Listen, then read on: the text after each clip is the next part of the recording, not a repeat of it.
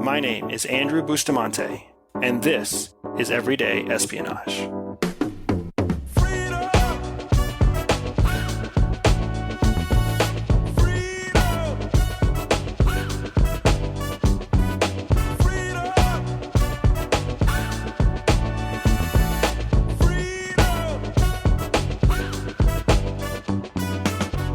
This week I finished one of my favorite courses that I run. It's a course called Ghost Tactics. And inside Ghost Tactics, I teach all of my students how to drive, how to shoot, and how to use disguise in a very practical, tactical way to essentially go ghost, to disappear from any situation at any time. And this most recent class was a fantastic class. I had 4 students come through, and of those 4 students, I had ultra wealthy that were present. I had highly successful salespeople who were present. I had a crypto millionaire who was there. It was a really cool, strong, diverse group that was just a ton of fun to be with. And during Ghost Tactics, it's not just me that teaches, as much as I would love to teach everybody. When you have guns and cars and high-speed turns and craziness like that, you generally want more than one instructor. And my co-instructor for Ghost Tactics is a Marine Special Operations Command, or known as MARSOC, a MARSOC Raider friend of mine whose name is Raul. And Raul's a super cool guy, really laid back. I mean, retired Marine Corps Tier 1 operator and just a fantastic driver. Now, if you don't know what MARSOC is, or if you don't know who the Marine Raiders are essentially the best trained drivers in the entire Tier 1 world. These are the guys who know how to hotwire, steal, exfil, infill, anything you can imagine that happens on 4 wheels. And they're used to doing it under active fire and deploying from vehicles to use suppression fire, and just fantastically trained drivers. They know how to push a car to its limits. They know how to leave a car behind and find a new car and take that new car to its limits. They can do just amazing stuff behind the wheel of a car. And that's why Raul spends his day job now as a retired Tier 1 operator. He teaches new Tier 1 operators how to drive in tactical combat. When he's not teaching high-performance driving skills to Tier 1 operators, he's actually an independent contractor who teaches high-performance driving skills to professional race car drivers. Professional race car drivers for F1, professional rally car racers, professional performance vehicle racers that work on track and off track. And that's what I want to share with you today. When I was going through Ghost Tactics most recently with Raul and with our students, Raul shared this awesomely powerful story that I felt had just immense value to what we were trying to teach our students and what I want to teach you today. So back about 2 years ago, there was a Canadian racing group, a professional Canadian racing group, a track race car group that sent their top 5 racers down to visit Raul. So they spent 5 days on Raul's facility, 3 days on the track, 2 days on the dirt, learning to expand their driving skill. Now, the top 2 racers, the guy who was consistently the team lead and the guy who was consistently number 2 for the track, those 2 were the 2 that the racing company told Raul to focus his effort on. They were like, hey, this whole 5 days will be worth it if you can make sure that these 2 racers have some kind of massive breakthrough, something that sets them up to race faster, stronger, and perform better for the next year. So that's exactly what Raul did. He structured the entire training experience around these 2 racers. Now, on the track for day 1 and day 2, the racers performed perfectly. And Raul's even blown away by how good these Canadian track racers were. The first place guy was always first, the second place guy was always second, and the second place guy was fractions of a second behind the first place guy on every lap and even across the finish line. And it didn't matter how many different variations they put into the paved path itself. These 2 racers always rose to the occasion and always finished first and second. So Raul knew that there was no way he was going to level them up by letting them continue to race on a paved track. So instead, he transitioned them for 2 days of off-road driving. Now, off-road driving, sometimes known as rally car driving, is a completely different type of driving. Instead of steering with a steering wheel, And I'm trying to do this on an audio recording, so I don't know if this is going to come across to you or not. Hopefully you're visual, because I'm going to explain it in a visual way. When you're driving on a paved track, you drive with your steering wheel. You basically steer your front wheels wherever you want the car to go. But when you're driving off-road at high performance or high speeds, you actually don't steer with your steering wheel. You steer with weight transfer in the vehicle. Meaning, if you want to steer to the left, you have to change the weight transfer in the vehicle to move to the right. When you change the weight of the vehicle to the right, the back end, the ass end of the vehicle, will actually shift. It will slide, it will spin, it will get loose is the term that we use, but it will get loose and it will swing around the engine block and essentially end in a left-hand turn. If you want to make a right-hand turn on a dirt road, you don't actually steer right. Instead, you shift the weight of the car to the left, which brings that ass end around to the left and makes for a right-hand turn. So it's completely different than paved driving, where you have to maintain positive control and positive traction with the paved track. When you're off-road and you're driving at high speeds and high performance, you have to use weight transfer. You have to essentially treat the road like it's a fluid, like it's always shifting and it's always loose. That's why you try to train a driver to get loose. So here are these top two Canadian drivers, and they're both paired up with Raul, and he's training them actively on how to get loose in a vehicle. Now here, the 1 and 2 quickly broke down because the number one top driver for that Canadian racing club, that driver refused to let himself accept a car that was loose.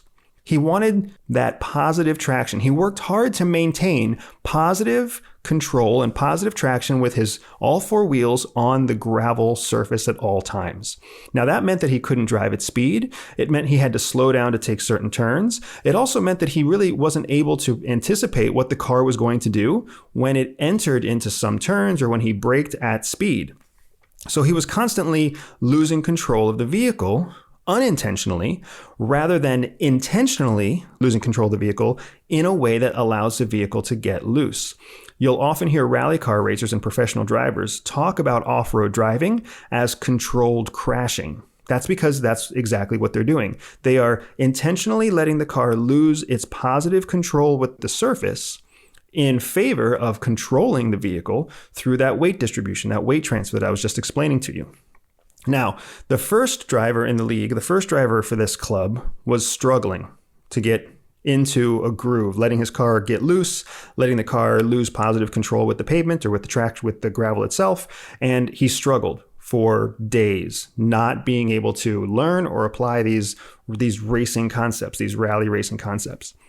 The second place driver, who always consistently finished just fractions of a second behind the first place driver, this person really leaned in, really adapted and took on the challenge of learning how to steer with weight transfer, how to perform, how to execute high performance driving techniques on loose gravel and dirt and sand.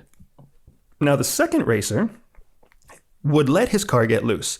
And at first, he really struggled. He was obviously very accomplished at maintaining positive control with the pavement. But the first few tries at high performance or high narrow steering, he would lose control of the vehicle. It would spin out and it would fall off the edge of the rally track, or it would go into the grass. But it didn't take long before he really got good at loosening his car, letting the car drive through weight transfer by getting loose on the pavement. So what Raul ended up having were these two high-performing students where one student kept digging into what they knew and not learning something new, while the second student was willing to lean into what they didn't know and go through the struggle of spinning out and falling off the track and losing control of the vehicle as he learned how to master a new set of skills. That skill being getting loose on gravel and dirt on off-road racing. Now, 2 days of this exercise did two different things to these two racers. The first racer had his confidence shot. He was being battered and beaten down by the fact that he not only was bad at something, but he was unable to get better at it. So Raul didn't want this guy to have a bad experience, so he actually ended up just taking the race car, taking the rally car away, and giving the dude a no-kidding 1990s era four-wheel drive pickup truck. And he said, hey, there's a giant patch of dirt right over there. All I want you to do is go out there and gun the engine and get crazy. Do some donuts, steer it out, get ready. Who cares? Don't even worry about whether or not you roll this ancient pickup truck over, because it's almost impossible to do that. But if you do, we've got 3 other pickup trucks that we'll give you next. Even with that freedom, even with that free reign, the driver was unwilling to let himself get loose. He finally felt the spin out and he felt some of the weight transfer, but he wasn't comfortable enough to let himself embrace it and use it and learn from it. Meanwhile, on the track with the second class, or the number 2 racer for that Canadian race club, that individual was tapping into completely new levels of confidence, whole new levels of skill on the dirt and in off-road racing, because he was learning how to master his vehicle. So they actually moved him from smaller class vehicles to medium-sized vehicles to large class vehicles, all with different weights. So instead of driving a 2,000-pound vehicle at high speed around a narrow turn, he was driving a 5,000-pound vehicle at high speeds around a narrow turn, where he never really had positive traction at all with the gravel. It was literally like driving on ice or driving on water. When you're driving at high speed on gravel, you have no traction. It's just you're a floating car on 4 small patches of rubber that never actually touch solid soil. Now, remember I said it was a 5-day training. They spent 2 days on a paved track. They spent 2 days on a dirt track. Now, the 5th day, they all came back to the regular paved track, the race track, the same professional kind of track that they were going to have to train on. Now, I'm sure you know where I'm going with this story, because on that 5th day, what they found was that the first place race driver still performed as well as he always had. He was still a super specific, super professional executor who could drive at high speeds on a paved track with positive control. And he still finished his laps and his full races in almost identical time with just a few microseconds difference. But the big change was with the second place racer, who was now finishing almost half of a second in advance of the first place driver. So that means the first place driver was still driving as fast as he always had. But the second place driver was not only driving faster than he was previously driving, but he was now driving faster and more consistently than the first place driver, which made him the new lead for the Canadian race car team. Why am I sharing this with you? I'm sharing this because what I see whenever I take students through my Ghost Tactics course is the same thing that Raul was explaining with these 2 race car drivers. People who demand a level of perfectionism, a level of consistency, people who take comfort in their current existing skill sets, when they go up against a major challenge, a challenge like what I present in Ghost Tactics, they buckle. They buckle because they have become accustomed, they have become comfortable in their superiority, in their skill, in their talent, whether they're running a $10 million business or whether they're racing for a $10 million race club. They are very good at what they do, but they're not the best at what they could achieve if they let themselves learn something new, if they let themselves get loose, if they let themselves explore what it feels like to be bad at something for a little while, learn from that, and then apply it to something better. About 50% of the people who go through my course, Ghost Tactics, are entrepreneurs, and they are excellent at getting loose. These are people who have built something out of nothing. They hit the ground, they hit the dirt, they hit the shooting range, they start wearing disguises with me, and they lean into the experience, and they grow massively. They turn $10 million businesses into $25 million businesses. They turn $4 million worth of crypto into $8 million worth of crypto. They do amazing things with just a few days of time on target with me and Raul. But the other 50% of people who come to Ghost Tactics are usually employees. These are people who work for someone else. They don't own anything. They might get paid very well, $150,000 a year, $250,000 a year, but essentially they are what's known as a wage slave. Now, a wage slave, if you don't know, is an economic term that means someone who is wholly dependent on a wage or a salary for their lifestyle. These are people who don't really have enough money in the savings account to be able to sustain them for longer than 3 months if they lose their job. These are people who, regardless of how much money they make, they don't believe that they have a specific skill set or a specific value that they can leverage into more income. Instead, they believe that they are only worth whatever hourly pay they are given in their job. It's a completely different mindset than the entrepreneur, right? You've got the person who makes $150,000 a year on the left. This person is a wage slave. They have to work for someone else to get the paycheck at the end of the month. If they don't work for that person that month, they don't get the paycheck. And if they don't get the paycheck, then they end up not having any money at all because they have no way of turning their talent or their skill or their vision into revenue. On the right, you have the entrepreneur who is not a wage slave. You have the person who's found a way to creatively take their ideas, creatively take their vision, creatively take their talent, and use it as a means to generate revenue, to make money. The wage slave can never increase their wage, not unless they leave their current job and go to another job where that new job is willing to pay them more. But just because the new job is willing to pay them more, it doesn't mean that the new job is willing to pay them what they're worth. The person on the right, the entrepreneur, that person is not a wage slave. And if they don't like the money they're making with one client, they can fire that client and go somewhere else and find a new client who will pay more. Just like you can find plumbers who charge $25 to show up at your house, there are other plumbers who will charge you $150 or $300 to show up at your house because they have found a way to establish themselves with their skill or their talent or their vision as worth more, higher quality, more experienced. That doesn't exist in the world of the wage slave, where the wage slave is wholly dependent on someone to pay them their wage. So just like I said, during Ghost Tactics, my entrepreneur types lean into the training, embrace the new thing, learn and apply it to their business and grow.